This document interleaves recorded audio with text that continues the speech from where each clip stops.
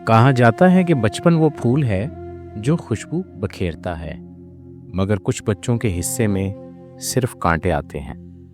یہ کہانی ہے منصور کی۔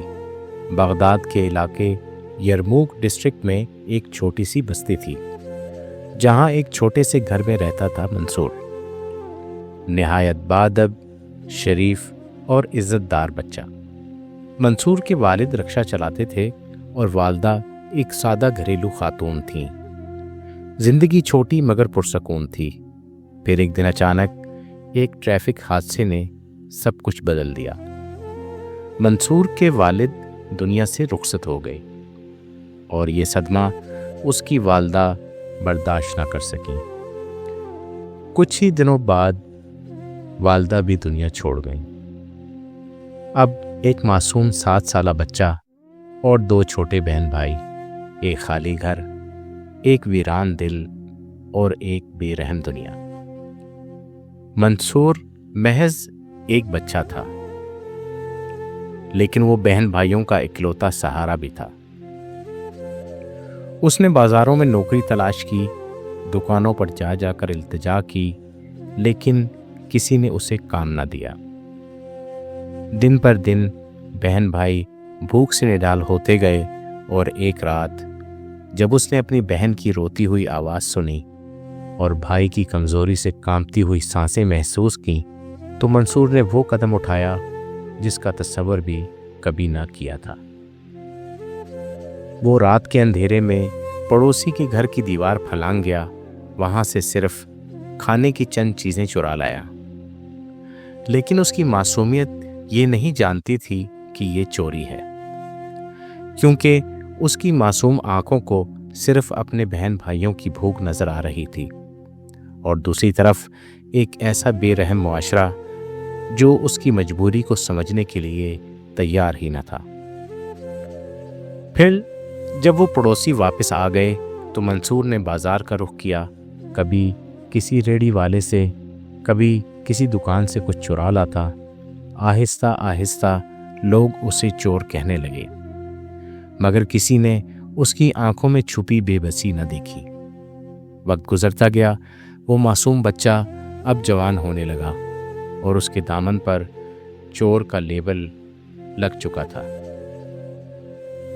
ایک دن وہ رنگے ہاتھوں پکڑا گیا۔ پولیس نے مارا، ہتھکڑیاں لگائیں اور منصور جیل پہنچ گیا۔ ادھر اس کے بہن بھائی اب بڑے ہو چکے تھے، تعلیم مکمل کر کے نوکری کی تلاش میں تھے۔ جب انہیں معلوم ہوا کہ ان کا بھائی جیل میں ہے تو انہوں نے ہر ممکن کوشش کی اسے نکالنے کی، لیکن وہ غریب تھے، کسی مہنگے وکیل کی فیس دینا ان کے بس میں نہ تھا۔ تب قسمت نے ایک اور موڑ لیا۔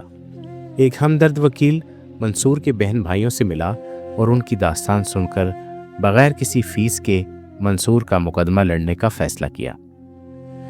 کئی پیشیاں ہوئیں، کئی راتیں بھی آنکھوں میں کٹیں، لیکن بالآخر منصور ضمانت پر رہا ہو گیا۔ گھر واپسی پر اس کے بہن بھائیوں نے اسے گلے لگایا، پیار سے اس کا ماتھا چوم کر کہا، بھائی آپ نے جو کچھ کیا وہ صرف ہمارے لیے کیا۔ ہم جانتے ہیں کہ وہ چوری نہیں، مجبوری تھی، لیکن اب ہم بڑے ہو گئے ہیں، ہم کمائیں گے، آپ کا سہارا بنیں گے۔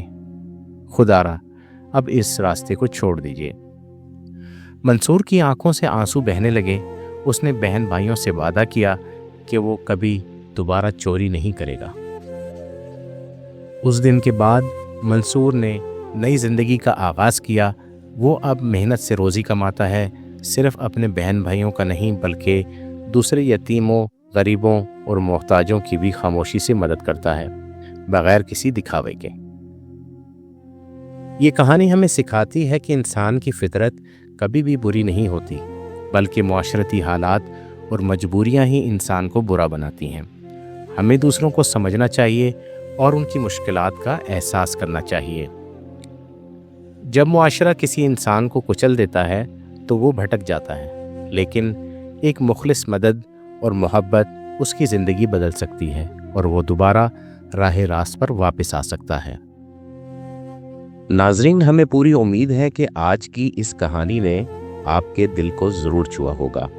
اگر ہماری محنت نے آپ کے دل میں کوئی نرم احساس اور محبت کی ہلکی سی لہر جگا دی ہو تو اپنا سپنا ٹیلز کی ٹیم کی ایک کاوش کامیاب کہلائے گی۔